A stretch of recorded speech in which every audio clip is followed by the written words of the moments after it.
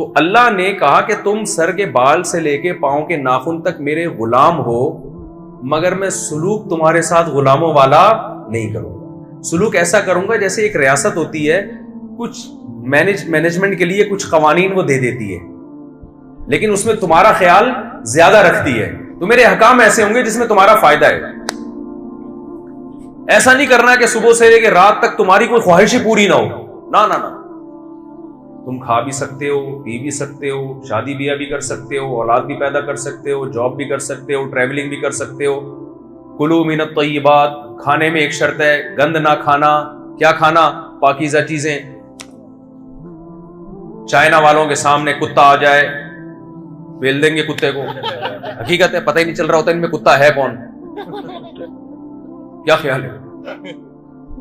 کتا بھی تھوڑا تہذیب سے کھاتا ہے. وہ کیا کرتے ہیں، کتے کو، زندہ کتے کو جلتی بھی کڑھائی میں ڈال کے پکاتے ہیں. تو کتا پن ہو گیا کہ نہیں ہو گیا؟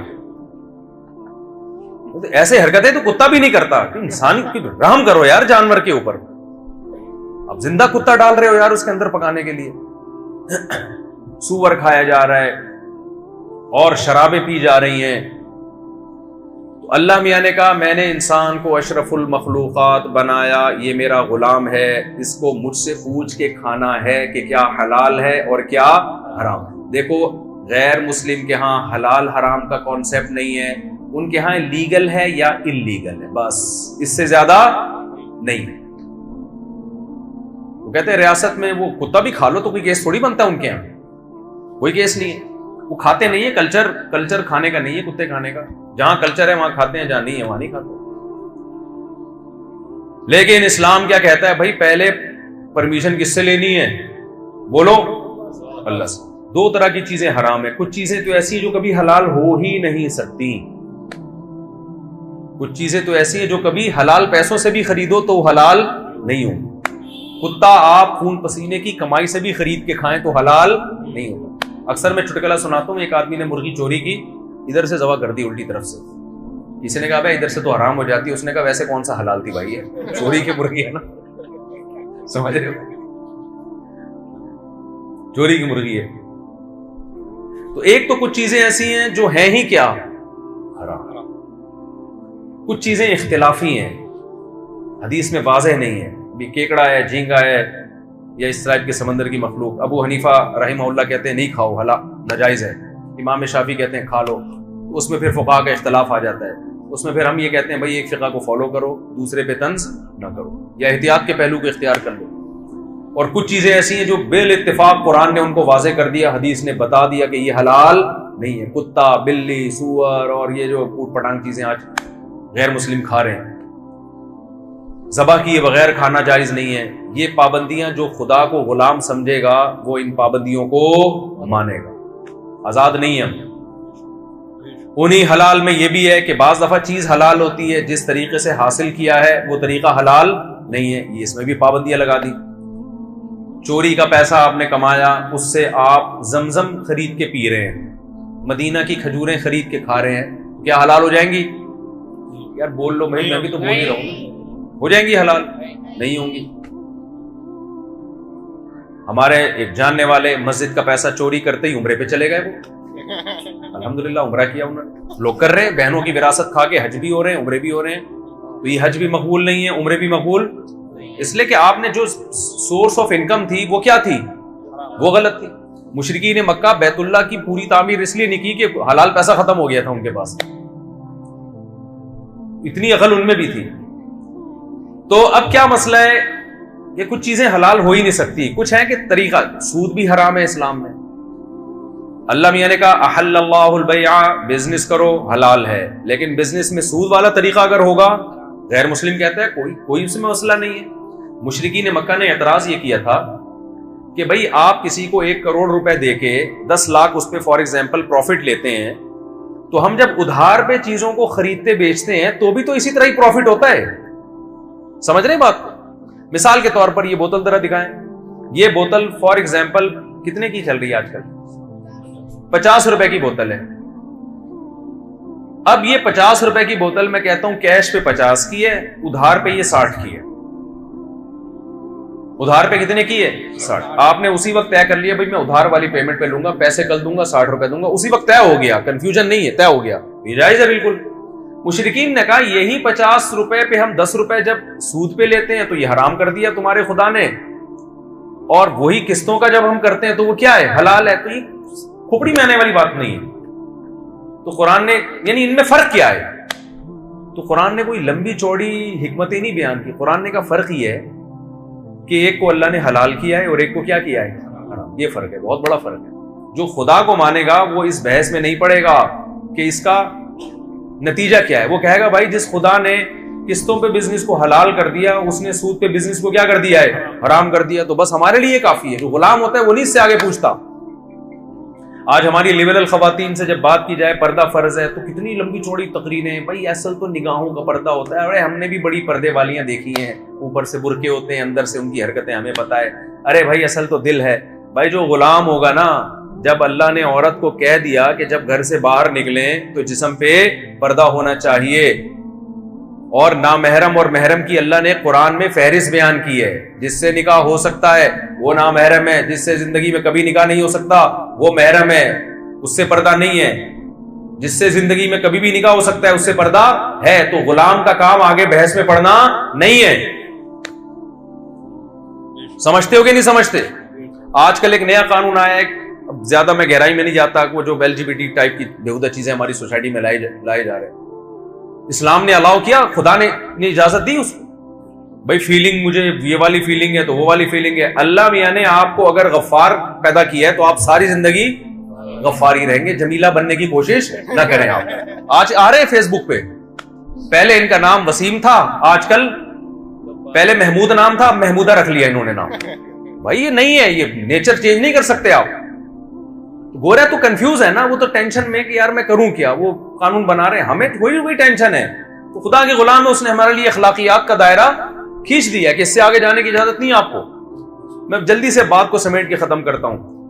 تو ہم نے جب مان لیا نا کہ معبود ہے تو اس کا مطلب ہمارا خدا سے رشتہ ہے. اب ہمیں اس سے پوچھنا پڑے گا. تو الف لام میم میں اللہ نے کلمے کو ثابت کر کے نا پھر پورے حکام دیے ہیں کہ یہ بھی کرنا ہے, یہ نہیں کرنا, یہ کرنا ہے, یہ نہیں کرنا, یہ کرنا ہے, یہ نہیں کرنا. پوری تفصیل ہے جو آپ علماء سے سنتے رہتے ہیں.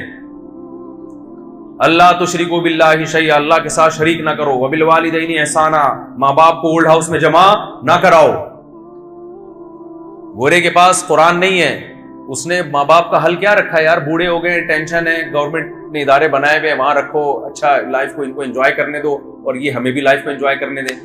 قرآن نے کیا کہا, جس کو بوڑھے والدین ملے, حدیث میں آتا ہے, حدیث بھی قرآن ہی کی تشریح ہے, جس کو بوڑھے والدین ملے اس نے ان کی خدمت کر کے اپنے اوپر جنت کو واجب نہ کر لیا, اس پر اللہ کی لعنت, کہ اتنا بہترین جنت کا آپشن اس نے ضائع کر دیا. یہاں ڈیفنس ہے, یہاں کتے پالنے کا بڑا رواج آ رہا ہے. ڈیفنس میں جو ہے نا شو کے لیے کتے بہت پالے جا رہے ہیں. معذرت کے ساتھ اسلام میں کتا پالنا جائز بولو گھوڑے پالتے ہیں, ان کو پالنے دیں یار. صرف حفاظت کے لیے رکھ سکتے ہو آپ اگر ضرورت ہے حفاظت کی, یا شکار کے لیے رکھ سکتے ہیں آپ, شو کے لیے, دل بہلانے کے لیے نہیں رکھ سکتے. انگریزوں میں جو کتے پالنے کا رواج آیا نا, جب ان کے فیملی سسٹم تباہ ہوا ہے, بچے مارکیٹ سے کیا ہو گئے شارٹ, دل بہلانے کے لیے جانور رکھنے پڑے ان کو. تو یہ ڈیفنس والوں سے میری ایک گزارش ہے کہ کتے دیکھو, جب اللہ نے ایک حکم دے دیا تو چھوڑ دو یار. لوگ کہتے ہیں وفادار ہے, تو وفاداری سے فائدہ اٹھانے کی اجازت دی ہے, شکار کرو نا اس سے, حفاظت کے لیے ضرورت ہے تو رکھو. وفاداری ہے تو جانور نا. دیکھو جانور میں اچھی کوالٹی اس کی اپنی سوچ سے نہیں ہوتی, اسی وجہ سے اس کو ثواب نہیں ملتا. اس میں وفاداری کے سافٹ ویئر انسٹال ہوئے ہوئے ہیں, وہ بے وفا بن ہی نہیں سکتا. یہ خوبی نہیں ہے کتے کی کہ آپ اس سے محبت کرنا شروع کر دو. انسان وفادار بنے پھر محبت کرو, کیونکہ وہ بے وفا بھی بن سکتا ہے اور وفادار بھی, اپنے اختیار سے وفا کر رہا ہے, اس سے محبت ہوگی اولاد میں جو آپ کی اولاد وفا کرتی ہے. کتا تو اس میں تو سافٹ ویئر ایسے انسٹال ہو گئے ہیں, وہ بے وفائی کر ہی نہیں سکتا, تبھی اس کو نہ ثواب ملتا ہے. اور کچھ جانوروں میں بے وفائی کے سافٹ ویئر انسٹال ہو گئے ہیں, وہ بے وفائی رہیں گے تو ان کو بے وفائی پہ ہم برا نہیں کہہ سکتے, وہ ہے ہی ایسے, بھائی اللہ نے ان کو ایسا بنا دیا. تو جانور ہے, فیملی ممبر بنانے کی اجازت نہیں ہے, جانور ہے, آپ حفاظت کے لیے رکھیں, کام لیں اس سے.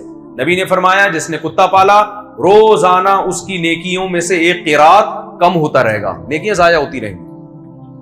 شکار کے لیے جیسے پیرٹس پالے ہوئے ہیں، پرندے پالے ہوئے ہیں، ان کی حفاظت کے لیے رکھنا ہے، یا کوئی سیکیورٹی کا مسئلہ ہے، پھر کتے سونگ کے بتا دیتے ہیں کہ سسرال والے آ رہے ہیں کہ یا دوسرے لوگ آ رہے ہیں، پہلے سے کتوں کو پتا ہوتا ہے، ٹھیک ہے نا، تو سالے والوں کو ڈرانے کے لیے رکھے ہوئے ہیں، وہ ایک الگ بات۔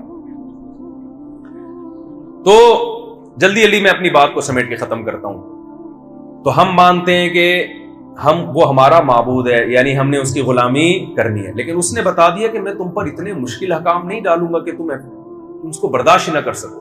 میں یہ کروں گا کہ بری چیزوں کو ناجائز کر دوں گا، اچھی چیزوں کو لیگل کر دوں گا، جائز کر دوں گا۔ زنا حرام کر دیا، نکاح کو اس نے کیا کر دیا؟ صرف حلال نہیں کیا، پیغمبروں کی سنت بنا دیا اس نے۔ اب آپ نکاح کی طرف نہ جاؤ اور زنا کی طرف جاؤ تو اس کو غصہ آئے گا کہ نہیں آئے گا؟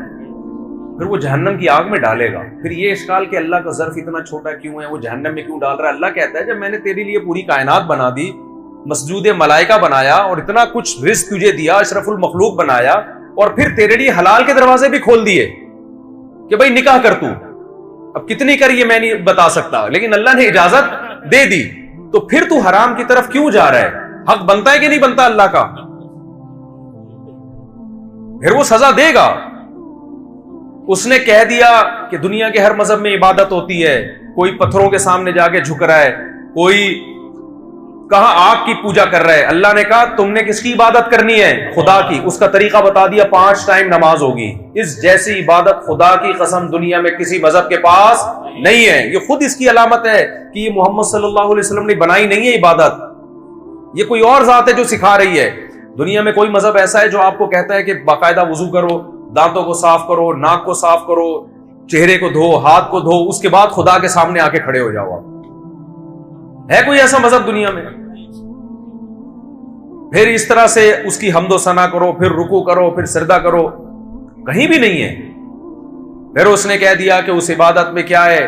پورے سال میں 1 مہینہ میرے لیے کھانا پینا چھوڑنا ہے، زندگی میں 1 دفعہ میرے گھر کی زیارت کرنی ہے، اور اسی کی عبادت میں ہے کہ جو بڑھنے والا مال ہے اس میں سے 2.5% سال میں 1 دفعہ کس کو میرا ٹیکس ہے جو کس کو دینا ہے؟ غریبوں میں بانٹ دینا۔ وہی بتاؤ کوئی غلط حکم اس میں نظر آ رہا ہے؟ کتنا تھوڑا سا رکھ دیا 2.5% یار، وہ بھی سال میں، اس سے زیادہ گورنمنٹ ہم سے نچوڑ لیتی ہے پورا، اور ریٹرن میں دیتی کچھ نہیں ہے۔ یہ گٹر دیے ہیں جو ڈھکن لیس گٹر ہیں، دیکھ لو نا، ڈھکن لیس گٹر۔ ہم کس کے غلام ہیں بھائی؟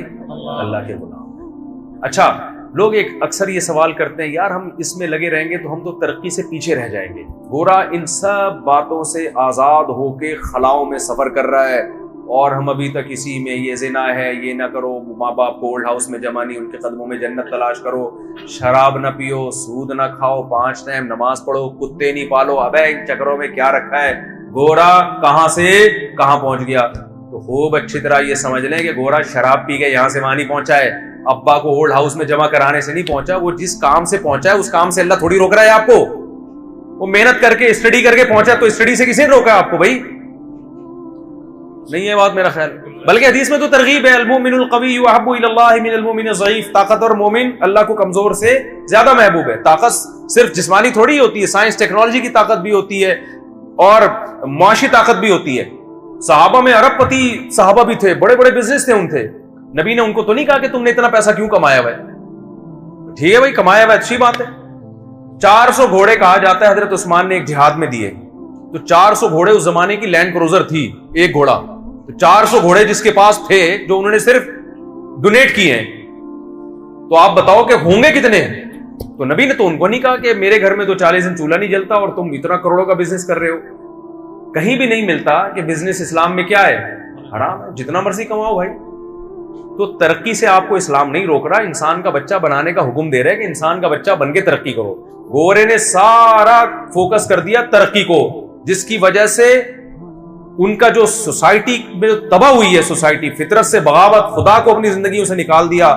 تو ہمیں ایک پہلو تو ان کا نظر آ رہا ہے ترقی، مریخ اور چاند کی باتیں، دوسرا پہلو جو انتہائی خطرناک ہے وہ ہماری نظروں سے اوجھل ہے، جس کی میں صرف ایک چھوٹی سی مثال دوں گا۔ اتنی ترقی کر کے بھی خودکشیوں کا ریشو سب سے زیادہ اس کنٹری میں ہے جو سب سے زیادہ ترقی یافتہ ہے. اس کا مطلب کوئی بہت بڑا ٹیکنیکل فالٹ ہے, کوئی بہت بڑا فالٹ ہے کہ جو سب کچھ ہو کے بھی کیا ہو رہا ہے, جو انسان کا ایک مقصد ہے خوشیاں ملے اس کو, وہ پھر بھی نہیں مل رہی. تو یہ قرآن کا میرے بھائی پیغام تھا. تو آج سے توبہ کرو, پہلا تو یہ عزم کرو ہم کس کے غلام ہیں, اللہ کے. اچھا, کلمے کا آخری مطلب یہ کہ معبود بھی صرف وہی ہے, اس کے علاوہ کوئی نہیں ہے. وہی ہے, معبود تو ہے لیکن ہے بھی صرف وہی, اس کے علاوہ ہم کسی کو نہیں مانتے معبود ہونے میں. یہ 4 پیغام اس کلمے میں اللہ نے ہمیں دیے ہیں. تو اپنی زندگیاں اس پیغام کے مطابق لانے کی کوشش کریں. اللہ مجھے بھی عمل کی توفیق عطا فرمائے اور آپ حضرات کو بھی عمل کی توفیق عطا فرمائے.